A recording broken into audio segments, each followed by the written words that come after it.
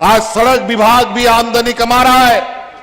आज forest department से 20 सालों में एक भी रुपया नहीं कमा पाया, लेकिन आज ये फॉरेस्ट डिपार्टमेंट भी पैसा कमा करके राज्य सरकार के खजाने में डाल रहा है।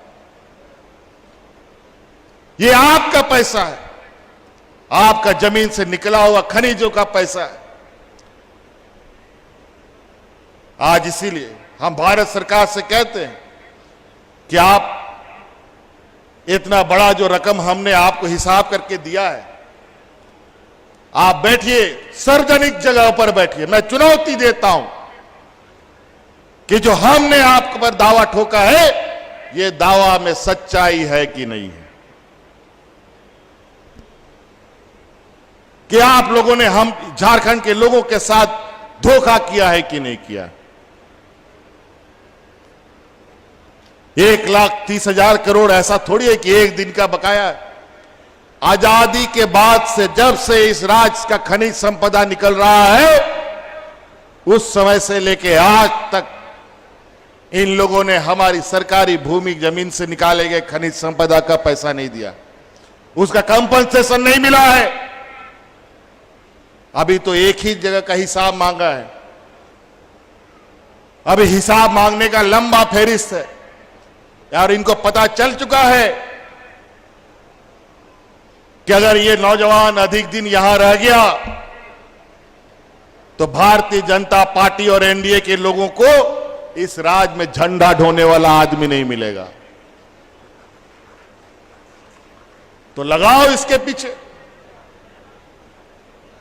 लगाओ अपना सरकारी ताकत। तो चिंता मत कीजिए, इन लोगों से हम लोग घबराने वालों में से नहीं है, बल्कि इनकी घबराहट ये दर्शा रही है कि राजनीतिक ताकत तो ये खत्म कर चुके हैं, लेकिन अब जिंदा रहना है तो कुछ तो करना पड़ेगा।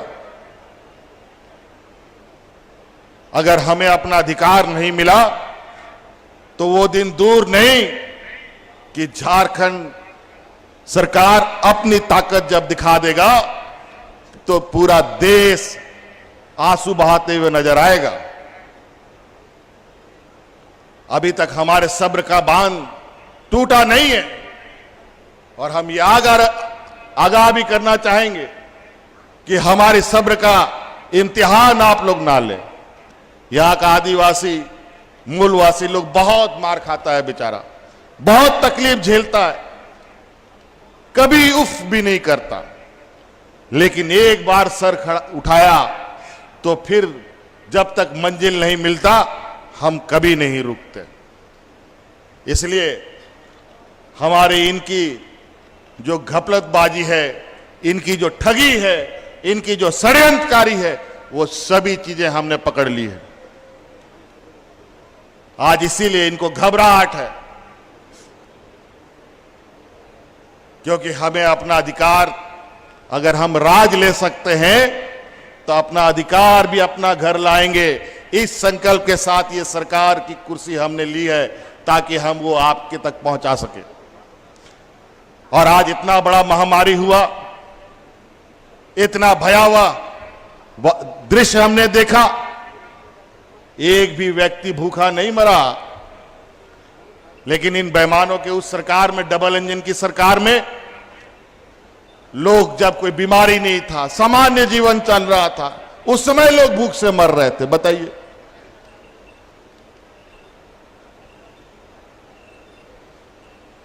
आज नौकरियों की भी लंबी फहरिस्त लगी है, जेपीएससी में नियुक्तियां निकल रहा है, नौजवानों को हर लगभग 10 दिन 15 दिन में कोई ना कोई नियुक्ति निकल रहा है। और अब तो नौजवानों को और भी आसान है, आप लोग को तो फॉर्म भरने के लिए भी लगभग कितना का फॉर्म हो गया? फॉर्म हम लोग कितना लेते हैं?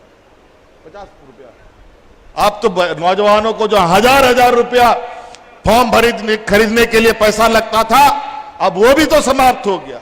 आप तो 50 रुपया और 100 रुपया में फॉर्म आपको मिलने लग गया।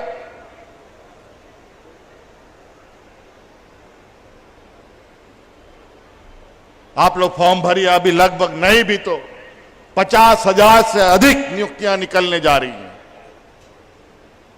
और उसमें बड़े पैमाने पर जो हमने नियम कानून बनाए, नियम तो 20 साल तक कभी कोई नियुक्ति नियमावली नहीं बनी। पहली बार 20 सालों के बाद झारखंड में नौकरी के लिए नियमावली बन रही है, जिसमें अधिक से अधिक हमारे नौजवान झारखंड के ही नियुक्त हो रहे हैं। तो इसलिए साथी,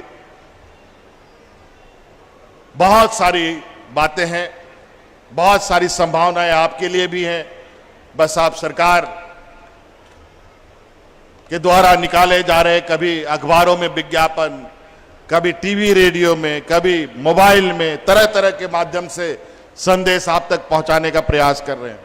और अभी तो हमारे मुखिया जिला परिषद का भी चुनाव हो चुका है। हम मुखिया जिला परिषद के माध्यम से भी आप तक पहुंचने का काम करेंगे। उनके माध्यम से भी सरकार की योजनाओं को वहां तक पहुंचाने का काम किया जाएगा। उनके साथ भी सम्मेलन करते हुए उनका वर्कशॉप कराया जाएगा, ताकि सरकार की कोई भी ऐसी योजना ना हो जो हमारे ग्रामीणों को पता ना चले। तो इन्हीं बातों के साथ बहुत बहुत धन्यवाद, सबको जोहार।